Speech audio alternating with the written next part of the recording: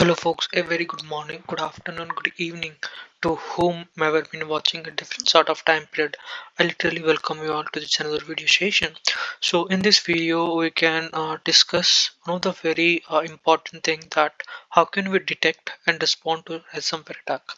Again, I repeat, in this session, we'll be discussing about how can we detect and respond to ransomware attack. So that is our main concept of our discussion. I hope this session will be very informative, and I even assume that you will be watching the video till the end.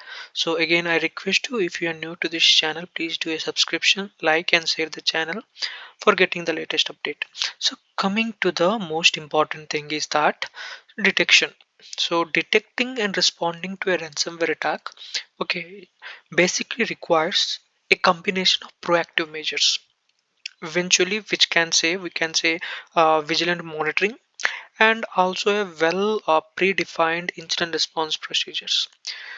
Okay, so through which we can proactively monitor that and respond to that accordingly.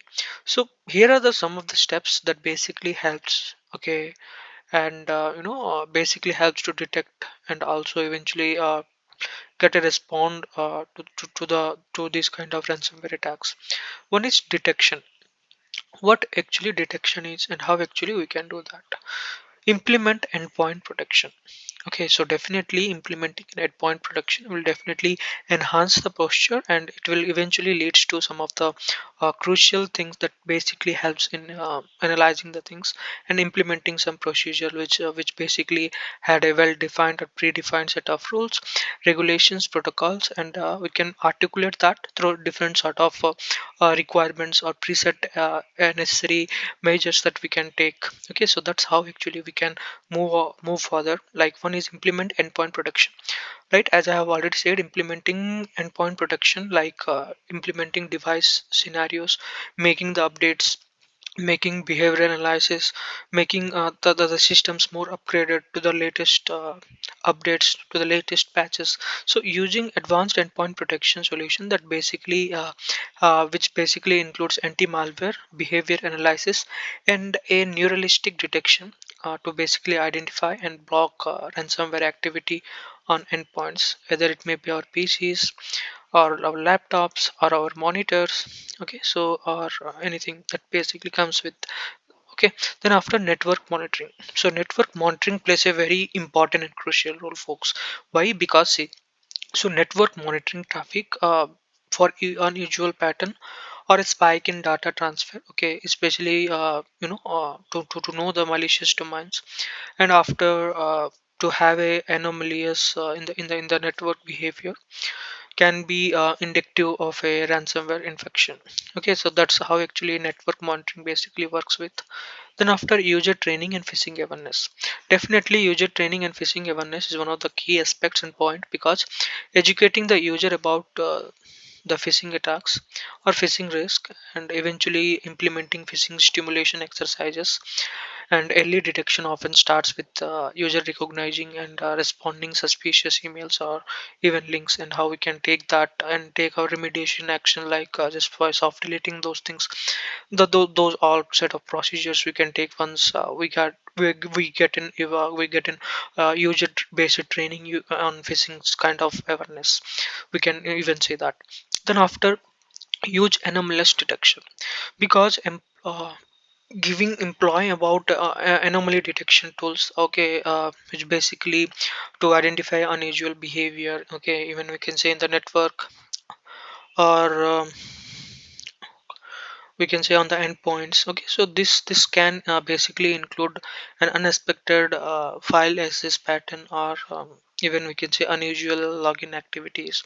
Okay, so these things we can keep in mind and take a note on how we can use this anomaly detection for our incident response team through this ransomware type of attacks.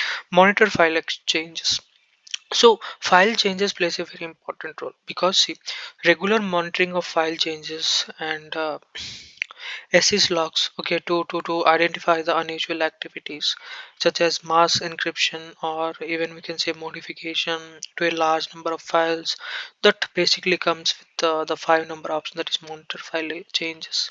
Sixth is security information and event management. utilize a SIM solution to basically aggregate and analyze the logs. Okay, then we can say from various sources, and because SIM can helps to identify the pattern and the anomaly indicative of a ransomware kind of attacks. Response, definitely we need to respond that, right? So making or we can say isolated the infected systems as soon as the ransomware attack is basically been suspected. Okay, so basically isolate the infected systems from the, even we can say, from the network to pretend, okay, to prevent further spread. Okay, so this can include disconnecting affected devices from the network, we can say, then notifying the stakeholders, like just by inform relevant stakeholders including IT personnels, incident response teams, and managements about the ransomware incidents. So this effective communication is very crucial during a during a response, right? So this is how actually we can take, like isolating the infected system, then notifying to stakeholders. Phishing mitigation, so enabling MFA ads on extra layer of defense against phishing kind of attacks. Okay, even we can say, even if a user unknowingly provides their credential in response to a phishing attempts, the additional authentication factor act as a barrier for this kind of things, or credential stuffs, we can say credential stuffing. Okay, credential based attacks. Okay, then after remote access security, because in the era of remote work, right, MFA is very crucial for, even we can say, securing the remote access to any corporate network, and even we can say sensitive data.